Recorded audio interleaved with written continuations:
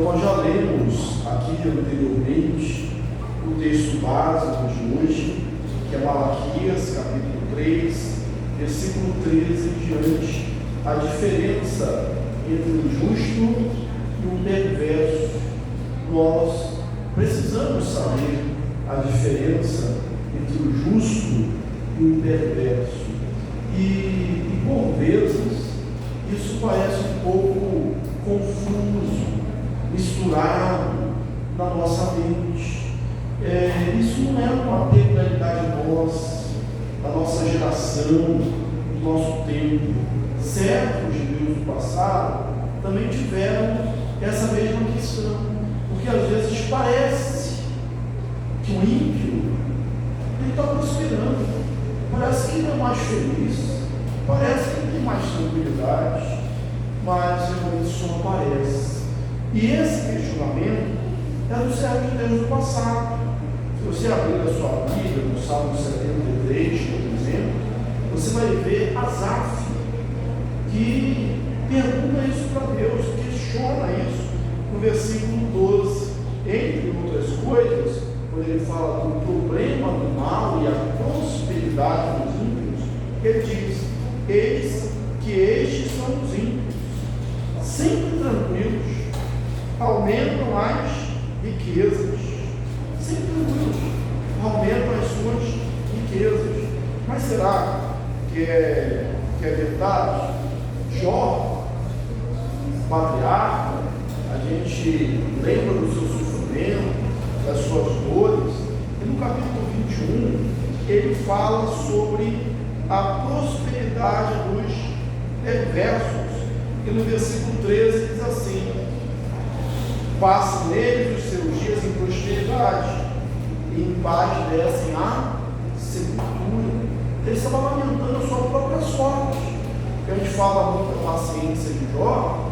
Jó ele foi um exemplo de servo de Deus, porque em nada ele murmurou contra Deus, mas ele era de carne e osso como a gente, e ele lamenta a situação que ele está passando, e conversando, respondendo aos seus amigos que falaram, não falaram bem, conforme o próprio Deus disse, ele lamenta. Ele diz: olha, parece que eles esperam, e eles descem em paz à sepultura. Então, o que compensa? Vale a pena mesmo ser justo? Você poderia perguntar: vale a pena mesmo ser crente?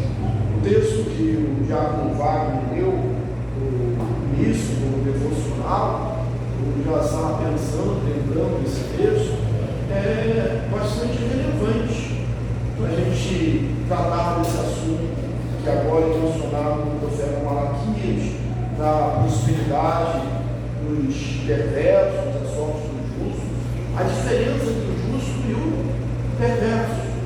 E aqui em Malaquias nós vamos ver a diferença entre o justo e o perverso. A questão é quando nós vamos ver, mas nós vamos ver, vai ficar bem nítida a diferença entre o justo e o perverso. Vai. No Salmo 1, Davi, o salmista, diz assim: bem-aventurado o homem que não anda segundo os conselhos ímpios, não se detém no caminho dos pecadores, nem se assenta à roda dos escarnecedores. Antes do seu prazer está na lei do Senhor, e na sua lei medita de dia e de noite. Ele é como árvore plantada junto a ribeiros de águas, que o devido tempo dá o seu fruto, e cuja folhagem não murcha. Tudo quanto ele faz será bem sucedido. Não são assim os ímpios, são, porém, com a palha do vento dos pés. Porque o Senhor conhece o caminho do justo, mas o caminho do ímpio será. Só que nós precisamos entender que aqui nessa vida nós não somos chamados a usufruir de todos os galardões, de todas as bênçãos de Deus. A palavra de Deus vai nos dizer, pela boca do próprio Senhor Jesus: no mundo passais por aflições, João gente com ânimo, eu venci o mundo. Quem pensa ou espera receber as recompensas aqui neste mundo, o crente que espera isso, ter riqueza, porque se converteu, porque aceitou Jesus, porque está fazendo as coisas conforme a Bíblia diz, parece estar servindo a Mamon. Mamon é que oferece a riqueza desse mundo. O nosso Deus, ele nos dá algo eterno, eterno. E nós descansamos disso.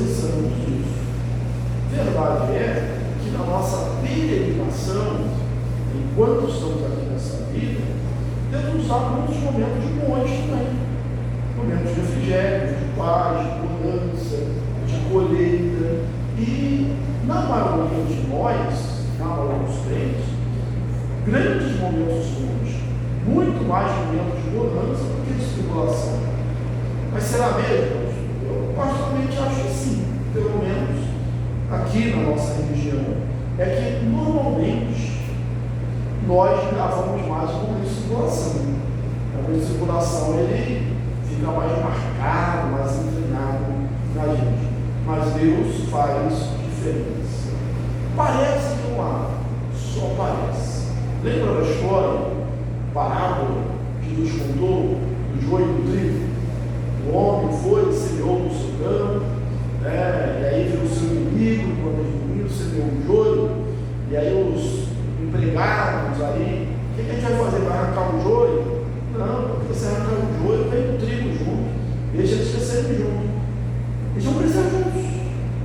Só na época da colheita é que eles vão ser separados. O joio e o trigo, nós não temos experiência agrícola, rural, mas a gente lê e sabe pela história, talvez da parábola, eles são muito parecidos. Você olhando, você não percebe a diferença. Mas o trigo, ele alimenta. O joio, ele pode ser um veneno, ele pode tornar-se tóxico. O joio vai para ser queimado no fogo, jogado fora. O trigo no final vai para o celeiro. Uma alusão na explicação dessa parábola para os fins dos tempos. Então, quando é que nós podemos ter certeza dessa divisão? Não é aqui agora, é lá, você vai dizer lá e ali, né? Lá no futuro, né? Quando as coisas se consumarem. Outro exemplo que nós temos dessa diferenciação para sossegar o nosso coração é o que nós vemos em Lucas, no capítulo 16, a história do rico e Lázaro.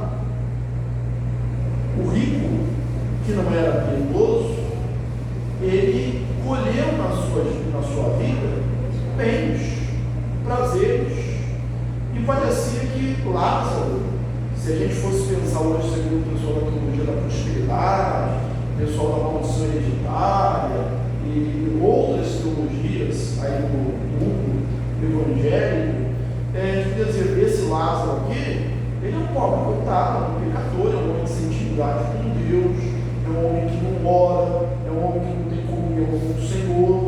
Mas quando morreram na história, as coisas foram reveladas. Quando o rico morreu, foi levado para o inferno, e Lázaro foi levado pelo anjo, o seio de Abraão, simbolizando ali o céu. O primeiro, o rico, estava em tormento, e Lázaro estava em bonança, em saciedade, vivendo ali melhor nossa vida, né? A gente tem a recompensa lá. Ser fiel até a morte, eu dar-te a coroa da vida.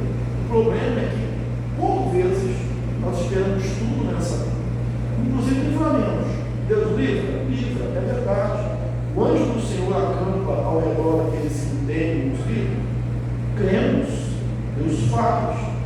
Só que Deus, ele tem a sua própria sabedoria, o seu tempo, a sua providência. Um bom exemplo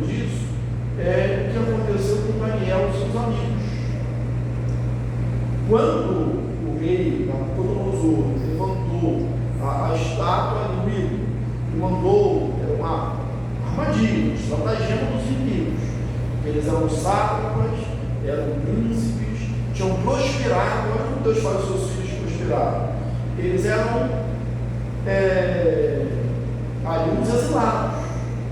Eles eram aqueles que foram tirados de Israel, de Jerusalém, e levados para a terra de Babilônia. Eram escravos. Mas Deus os fez prosperar. Logo no começo do Daniel a gente viu isso, que Deus separou ali o rei mandou separar os mais sábios da terra, foram treinados, Daniel toma um fio propósito, contaminar com as iguarias do rei, eles foram tipo mais sábios, e esses homens, Daniel, são príncipes, dinastias de reis passam e eles permanecem ali no topo da nação. E tanto é que entraram em inveja, e essa inveja fez alguns inimigos criar essa armadilha, não conseguiam pegar eles em nenhum tipo de negócio, falta de honestidade, um erro administrativo. Aí chegaram assim: pô, esse pessoal é muito bom mesmo, só tem um jeito de nós derrubarmos eles, encontrando algo na lei de Deus deles, porque sabe que Deus deles, eles não desobedecem. Aí falou assim: o que eles não falam? Eles não falam dos deuses. Então dá um jeito de eles ficarem mal com o rei. Ele mudou todo mundo. O rei faz um ídolo, e quando some imagem, e quando tocar aí os instrumentos, todo o reino tem que se ajoelhar. Quem não se ajoelhar tem que ser lançado na fornalha. E aí, lógico, amigos de Daniel não se jogaram. Ele fala: isso só não se fala, não. Então traz ele aqui, vamos ver se na minha frente não se dobraram. O que eles falaram? Fica sabendo, ó, se o nosso Deus, a quem servimos, quiser nos livrar de sua mão, ele o fará. Mas nós não nos dobraremos na presença da imagem. Não precisa nem estar o trabalho de tocar os instrumentos. Nós não nos dobraremos. Deus tinha falado para eles que ele ia livrar eles? Não. Eles tinham certeza que ia ser livre da fornalha? Não. Se viver, viveremos. Se morrer, não somente morreremos. Esther falou algo semelhante a isso, Não somente morreremos, mas a gente vai fazer a vontade de Deus. E a prova é Deus está no livramento deles. Mas quantos outros servos de Deus morreram fazendo a vontade de Deus? A Bíblia mesmo, o profeta Isaías, a tradição que foi encerrada no meio, no Novo Testamento, a gente tem ali Tiago, que é o primeiro mártir da igreja, o apóstolo Tiago, depois Estevão. Ele estava fazendo a vontade de Deus?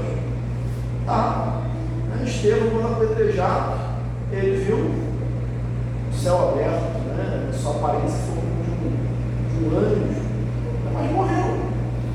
Só que a gente hoje não, o ser humano é muito imediatista. Nós queremos aqui e agora. O nosso tesouro está no céu, no Senhor. Vamos aqui, versículo a versículo, repetir ser mais rápido hoje, feito essa introdução para mostrar a verdade dessa confusão que a gente faz. Nós vamos aqui para o texto. Você lembra que Malaquias é um profeta pós-exílio? A nação aqui reconstruída, já com muros prontos, templos prontos, mas voltar da Babilônia para Jerusalém não significava, pelo menos não para todos, voltar para Deus. Os muros do templo estar construído não significava que o coração do povo estava com Deus. E no texto anterior, um dos mais conhecidos de Malaquias, a gente tem Deus falando para fazer a prova dele, trazer todos os dízimos a casa, o tesouro, provar isto, diz o Senhor, serão abridas a janela dos céus e derramar bênçãos sem medida. Uns ouvem e obedecem, outros ouvem e escarnecem. E é isso que nós, nesse ponto, nós estamos aqui. Olha o que Deus diz: Eu já falei logo na introdução dos Malaquias, há bastante tempo, que esse livro tinha muitas perguntas e respostas. E aqui não é diferente. As vossas palavras foram duras para mim, diz o Senhor, mas vós dizeis: que temos falado contra ti? O povo, aquele que se entrega ao pecado, tem a sua mente cauterizada, mente e coração. Cauterizado significa insensível. Tanto é que vários perguntam: em que nós temos nos afastado de Deus? Deus fala: vocês se afastaram. Em que nós temos nos afastado? Vocês mentem. Em que nós temos mentido? Vocês têm roubado a Deus. Mas em que temos roubado a Deus? Vocês estão falando contra mim. Mas o que nós temos falado contra ti? Eles pecam e nem se dão conta. Isso é uma coisa muito comum. Onde ou em quem o pecado faz mais efeito? Em quem o pecado dói mais? É no santo ou no ímpio? É no santo. Quem chora pelo pecado? Os grandes homens de Deus choravam por causa dos seus pecados, se derramavam diante de Deus.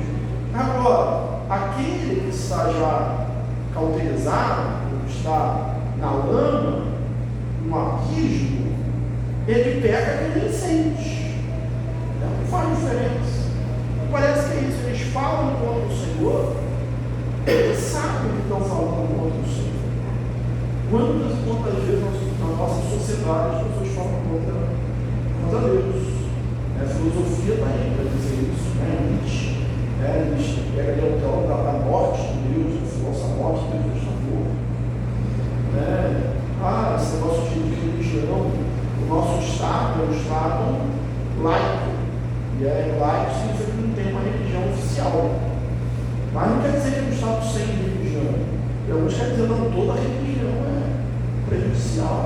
Na verdade, o problema do nosso país é esse negócio de fé, de religião. Eles falam insidiosamente contra Deus. E é necessário guardar os nossos lábios.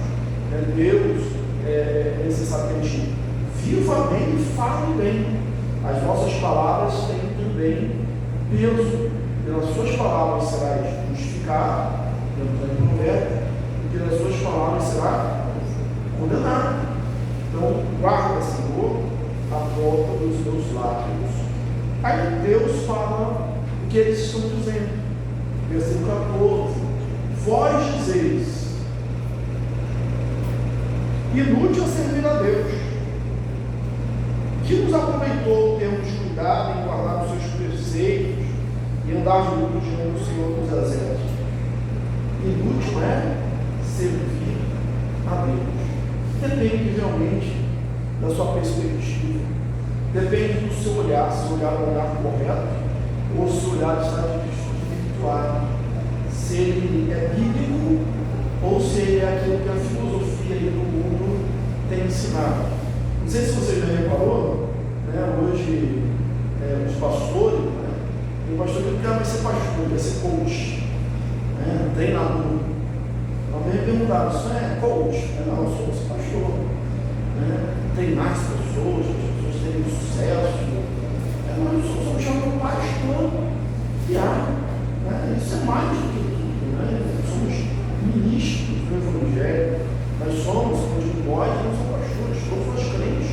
O sacerdócio de universal dos crentes, como advogado pela reforma protestante do século XVI. Todos nós somos embaixadores de Cristo. O que esse embaixador faz?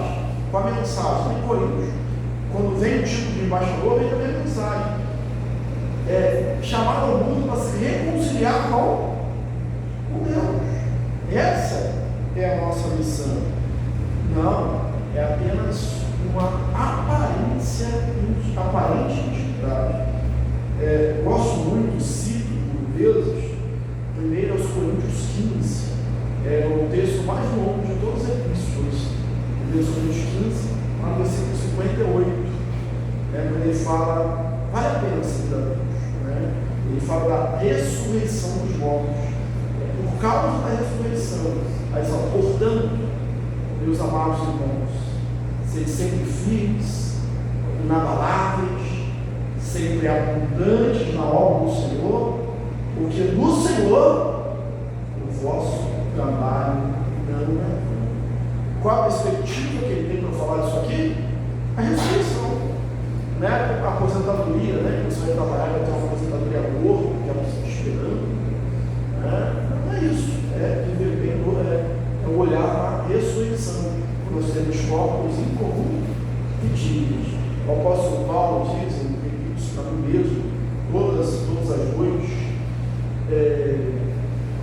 literalmente todas as noites, ele fala assim, quando fala assim, né? Não seria quando esse tabernáculo terrestre se desfizer, temos outro da parte de Deus, incorruptível, feito por mãos não humanas. Ele sabia que esse tabernáculo terrestre estava para se desfazer muito em breve. No caso dele, ele estava no martírio, estava preso.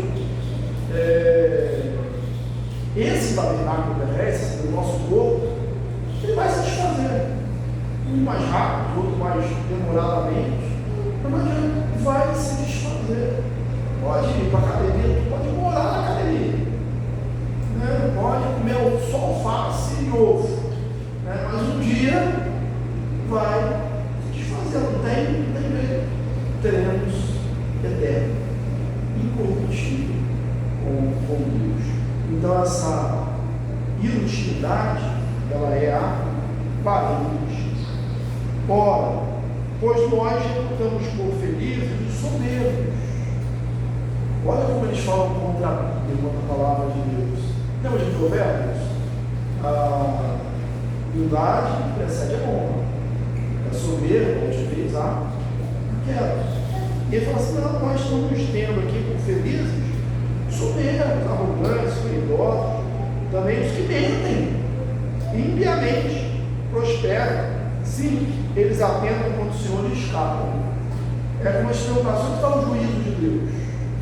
Deus não está vendo nada. Deus não está vendo. Deus não está vendo. E cuidado, porque essa é uma tentação, um deslize que todos nós podemos cometer. Não está Deus. Aliás, o salmista faz isso, né? Então, essa são 32, 42, mas ele repete como o teu Deus, onde está? E dizem continuamente, são os inimigos dizendo, né? O teu Deus, onde está?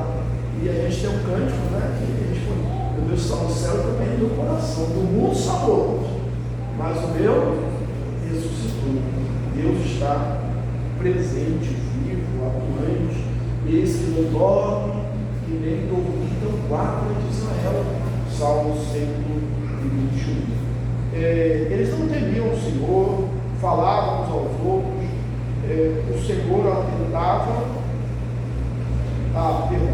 Agora vem os que temem ao Senhor. Olha o contraste, postura, daquilo que fala. Enquanto os ímpios dizem, Deus não está vendo, Deus não atenta, e por isso a gente pode dizer de qualquer jeito, e é melhor fazer o mal. Se você observar, na nossa sociedade, quando a gente é uma sociedade, tinha uma frase, tem uma frase, parecia muito em filmes, né? O crime não compensa, né? Deixa eu te falar oeste normalmente, né? Aí parece assim, o crime não compensa. Isso é antiga, né? Parece o crime não compensa. Hoje parece que o crime compensa. A gente assim, o corrupto é que se dá bem, às vezes o mau funcionário que acaba sendo promovido, aquele que usa de meios mais escusos que consegue as coisas, tem que dar volta, tem que dar jeitinho. Quando você faz tudo ali direito, você acaba sofrendo. Irmãos, é escolher o lado da justiça. E aí, os piedosos, os crentes, dizem assim, então, Deus falando, os que temiam o Senhor, falavam uns aos outros. olha a comunhão, olha a importância de estarmos juntos, edificarmos mutuamente.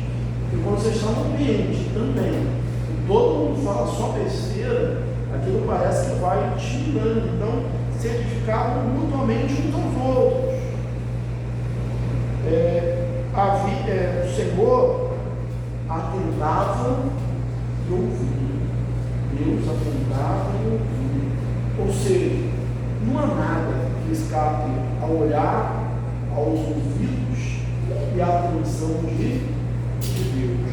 Havia um memorial escrito diante dele para os que temem ao Senhor e para os que se lembram do seu nome. O salmista diz isso, né? O me salvo porque conhece o meu nome. Agora, o crente vive nessa perspectiva. Há um memorial nosso, né, diante de Deus. Eles serão para mim particular tesouro. Lembra? Você é um tesouro de Deus. Lá no profeta nós estudamos anteriormente, né? Antes de Malaquias, estamos aí em Zacarias, e nós temos lá, no capítulo 2, que a cidade de Jerusalém não teria muralhas. Quando o homem saía para mentir, né, o anjo fala, não mede, peça. Por quê? Porque a cidade não terá muralha, ela vai crescer muito, ela vai ser uma cidade contida por muros, ela vai ser imensurável, ilimitada, o título da igreja. E o Senhor mesmo, que o muro limita, mas o muro também protege. Aí assim, porque o Senhor mesmo será a muralha de fogo ao seu redor, a proteção. E aí nesse meio tempo ele faz assim, porque quem mexer contigo, mexe com a menina dos olhos de Deus.